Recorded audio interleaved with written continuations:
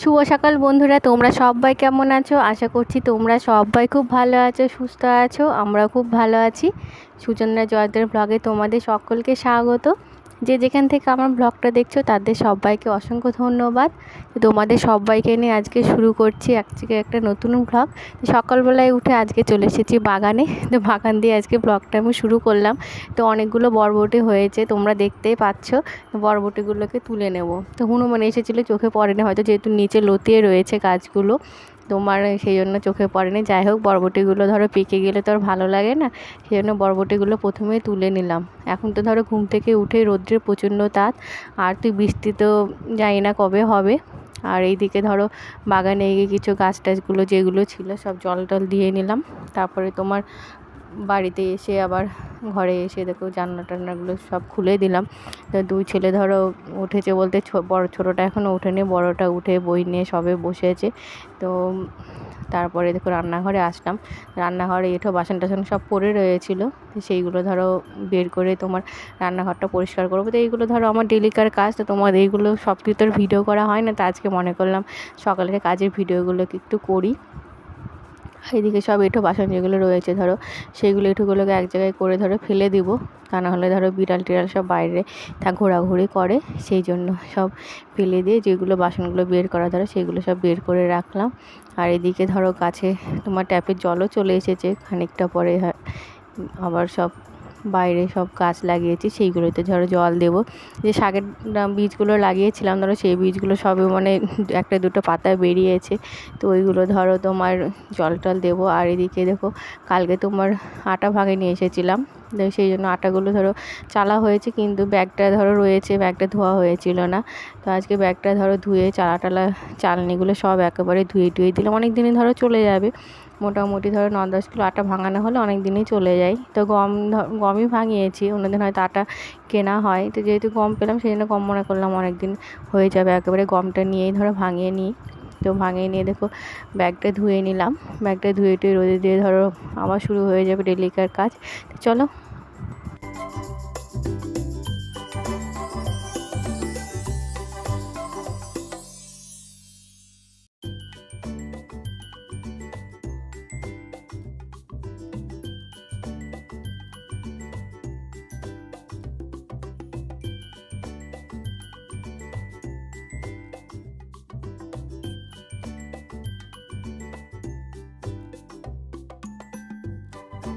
তারপরে দেখো এখন সব গাছগুলোতে জল দেবো। গাছ লাগালেও তো হয় না, যত্ন ধরো করতে হয়, কিন্তু সেরকমভাবে আমি যত্নগুলো গাছগুলোর পেছনে সময় দিতে পারছি না, তোমরা দেখতেই পাচ্ছ।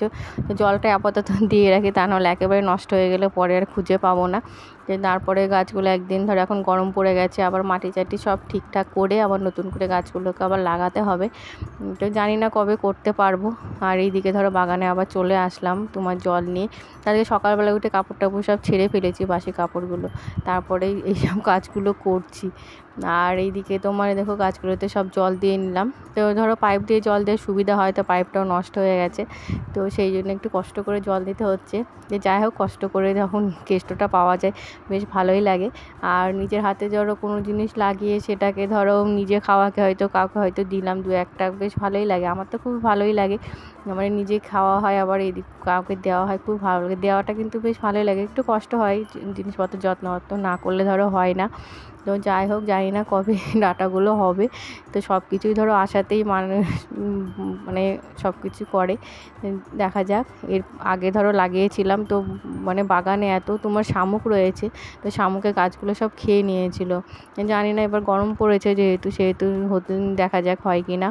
আর এদিকে সব পালঙে যে শীষগুলো ছিল শীষগুলো তো পেকে গেছে, রেখে দিয়েছি যে বীজ হলে আবার ধরো পরের বছর লাগানো যাবে। বারবার তোমাদের দাদাকে বলতে হয় না নিয়ে আসে না, ওরও হয়তো মনে থাকে না, খেয়াল থাকে না, এরকম হয় আর কি। ততটুকু বাড়িতে ধরো রাখা যায়।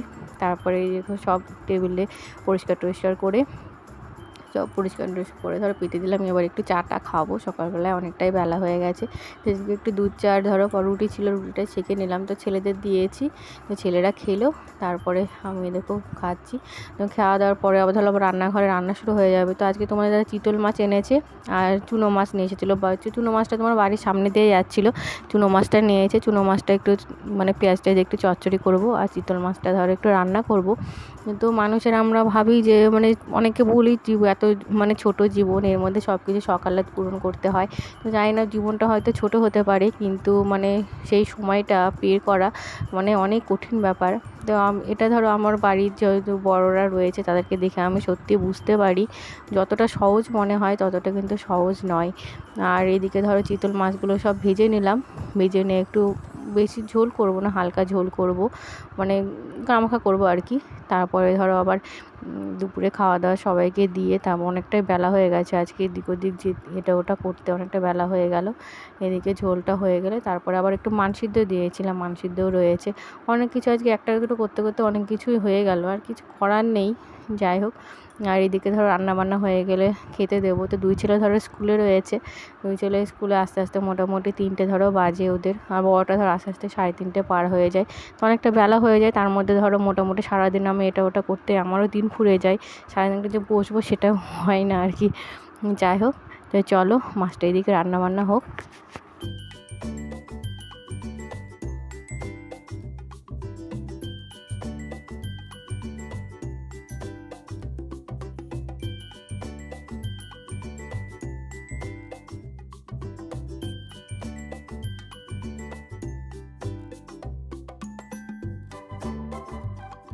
তো মাছটা রান্নাবান্না হয়ে গেল, তারপরে এদিকে তোমাদের দাদা এসেছে, দাদাকে খেতে দেবো।